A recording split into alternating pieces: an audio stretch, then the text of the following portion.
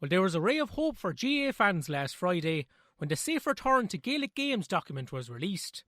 The key dates to keep in mind: walkways at GAA ground reopened on Monday, club gates will reopen on June 29th and teams can train in groups of 10 with 2 coaches in place. Contact training is back on July 20th. Juvenile and adult club championship games can restart from July 31st. Inter-county training is set to commence on September 14th. And inter-county matches are pencilled in from October 17th onwards. Well, earlier this week, the Waterford CCC revealed its plans for the Senior Football and Hurling Championships, and delighted to welcome back to the show County Chairman Sean Michael O'Regan. And Sean, the structure has changed from 3 groups of 4 to 4 groups of 3 in both codes, and it will be discussed at Monday night's online county board meeting before the championship draws take place. Can you explain how this new format would work? Yes, look, as a CCC, we met there earlier in the week, and obviously there's an awful lot of dates going around there, like you mentioned there now. There's so many dates to try and keep an eye on, but I suppose from a senior hurling and senior football and competitions in Waterford, we obviously only have a short window to try and get our competitions going. But like you said at the outset, a couple of weeks back, we were looking like we were going to have no games whatsoever.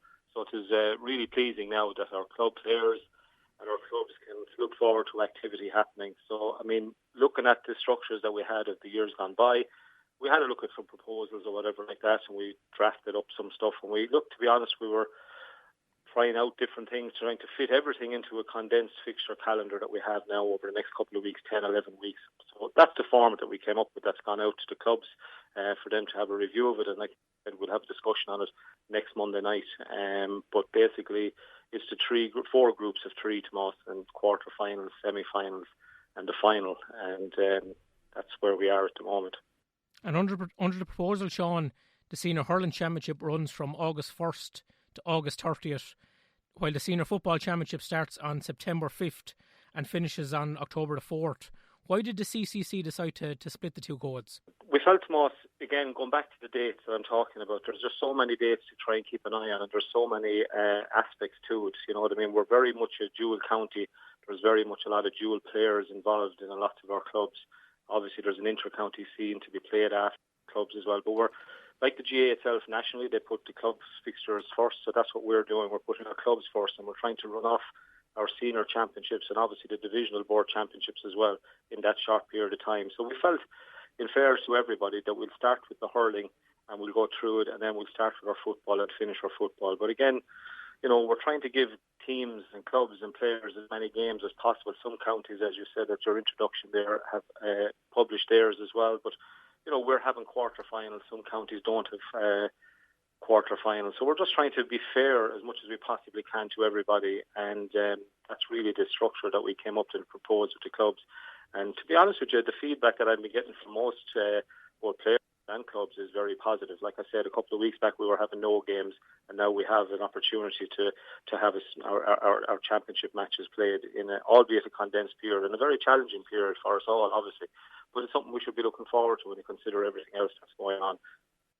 Yeah, and I know club players are very grateful, Sean, that the games will be back, but there has been some concerns expressed in some quarters that maybe the championship is being run off maybe in too condensed a period in terms of the space of a month, and that county is being put ahead of club in this circumstance. How would you respond to those concerns? No, I wouldn't say that's true, Tomas. Obviously, like I said, I mean, there's a fixture calendar year at the start of every year, and we've lost more than half of that. You're now down to a very, very short window. So when you consider everything that has to be put into, I mean, the club players that we're talking about are also our inter-county players. So we're trying to be fair to everybody, and there's so many competitions to be played.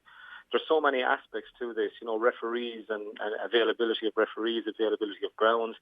We're heading into a difficult time of the year from a weather point of view as well.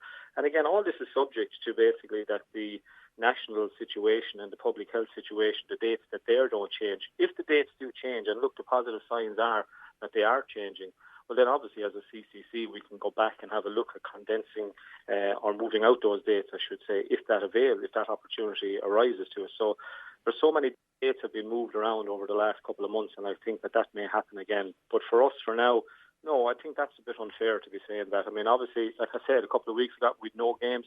Now we have an opportunity of playing all our club championships. But everybody has to realise that there's so many aspects too. There's our underage games as well. There's divisional board competitions. But also, the county scene is a very, very important part of the GA in Waterford and indeed nationally. So we have to be trying to be fair to everybody. And we feel that this is probably the best and the only obvious solution for us. Not even a solution, but the best way of trying to get all these competitions played. It's not going to be easy. It's certainly not going to be easy. And obviously, we are concerned of all the games to be played in a short period of time. But nationally, we've got 11 weeks to play our games really before the inter-county scene.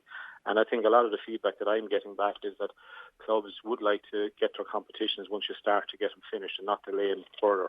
And the GA have stressed, Sean, there'll be no inter-county training before September 14th. There'll be no expenses paid out before that date. And I suppose it's up to county boards around the country to ensure that happens. Can you reassure clubs this evening that these dates will be adhered to and that there'll be no interference from inter-county panels during this club window? I've spoken to our managers, Tomas, and they appreciate that the club players are, at this moment in time, both nationally, are coming first from all the dates that are there to make that pathway to have the clubs have availability to their club players, and there won't be a problem there. You stated there, what was it, September the 14th or something, you said, Tomas.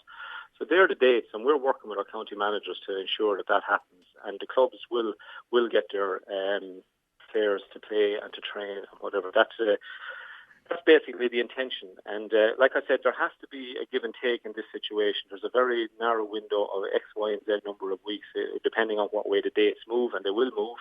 But the cooperation and the flexibility for everybody, and everybody trying to support challenging times for dates. But again, I go back to, we're in a lucky situation, I think, compared to lots of things that's happening out there. We're talking about just trying to play some matches, and we're looking forward to, most people are looking forward to playing club matches, hurling and football with our club. And then obviously we're also spectators looking forward to the inter-county scene starting and looking at these players again. And you mentioned spectators there, Sean. As the lockdown is eased, like people are eager to get back out in the fresh air and see their local club teams in action. How likely is it that there will be spectators at these games when they resume in August? Again, I'm no expert on that, Tomas, but again, you've seen some of the expert correspondence from the National Health Advisory people or whatever like that. But from a GA sporters point of view, I can't see that, it's not going to be the same type of a game if there's no spectators. So you'd be hoping that the relaxation of all the phases that's happening nationally, currently today, I think they're talking of bringing in some phase 5 into phase 4 and phase 4. So you would hope that come by the time you're starting competitions in August, which is 7, 8, a good few weeks away now, whatever the number is, that there'll be further relaxation. We need our supporters going to our games to make our games attractive and enjoyable for both players and I think obviously the clubs and the spectators themselves. We want to be seeing our games live. Have the CCC looked into the possibility of streaming games, Sean, if there's no spectators allowed at games? Yeah, there's lots of counties exploring that, and we're no different. We're exploring that as well ourselves. There's a couple of proposals there. There's a couple of executive officers and myself, and we're looking at the options to see how that might happen. I think there's an appetite for it. I think there's an appetite for it to happen. It seems to be a changing environment that we have with all these platforms and social media as well. And obviously, the diaspora and everybody, all the clubs, we all have people that are living far away in faraway lands in Australia's or America's and whatever. And they always try and keep in touch with their local clubs or whatever. So this is an option that maybe if the streaming could take place, they can see their own club players playing in championship matches and to be wonderful. That would be wonderful. But we're in the discussion phase at the moment, Tomas, to try and make that happen. But there would be an appetite for us to try and see if everything is equal, that we will have definitely some streaming games this year. But look, it may not happen, but if the will is, and we would hope that it will happen. Yeah, certainly we'll wait and see on that front. And we must stress as well, Sean, that for the knockout games, it'll be winner on the day. So we could see extra time and penalties in some of the latter stages of the championships this year. We could, Tomas, and that would be very, very exciting to bring its own element of excitement to it as well, that, down through the years we probably didn't have that. So because, again, of the window and the dates, depending on if there's any more windows open up of opportunities, we can look at that. But for now, the matches are all finishing on the day because of the narrow window, like you said yourself there. It's going to be extremely tight. But we're confident with the help and support from everybody in the clubs, from everybody. I think we'll get there. But we're no different to all the other counties. Everybody is trying to fit their competitions. And again, like I said, it's not just the senior hurling and senior football. There's underage games to be played, there's minors to be played, under 20s to be played, the division board competitions or juniors to be played. So there's a world, an awful lot of competitions to be tried to play, a world of games to be played there in a short period of time. And there's a lot of work for clubs to put in, Sean, over the next couple of weeks to get themselves ready. The club gates will be back open on 29th of June, for small groups of training. But the GA buildings, the dressing rooms and clubhouses will be closed until the 10th of August. Can you outline to us what each club must have in place before a training session is held at their own club grounds? Yeah, there's a guideline document that was sent out to all the clubs tomorrow. And again, I suppose we all are a bit frustrated that we can't get at our club grounds. But again, there's a shining light there that there's dates there that now we can. We'll have a phased approach going into it, and our club grounds are going to open up, and we're all looking forward to that. The clubs have been absolutely brilliant in the GA and going through this pandemic over the last couple of months. They've been absolutely brilliant. I'd like to thank them all for that as well. And the guidelines for the COVID-19 and the COVID officers that they've been looking for, and each team to have a COVID officer and clubs to have a COVID officer, and all the items that we have to do. I don't think that's going to be hugely difficult for the clubs because we've got great people working in our clubs. But basically, very quickly, it's, the big one is having the COVID supervisor, so that when teams coming to go training and stuff like that they have to have their temperature checks, and there's a questionnaire document there that everybody will have to fill and give to the COVID supervisor. After that, I think, Tomas, really it's, the signage, the additional signage that will have to go up that we're very familiar with around the country now in shops and such as that. And on top of that, then, we'll be asking people and players, and no sharing of bottles, drinking water bottles, hand sanitizing their hands.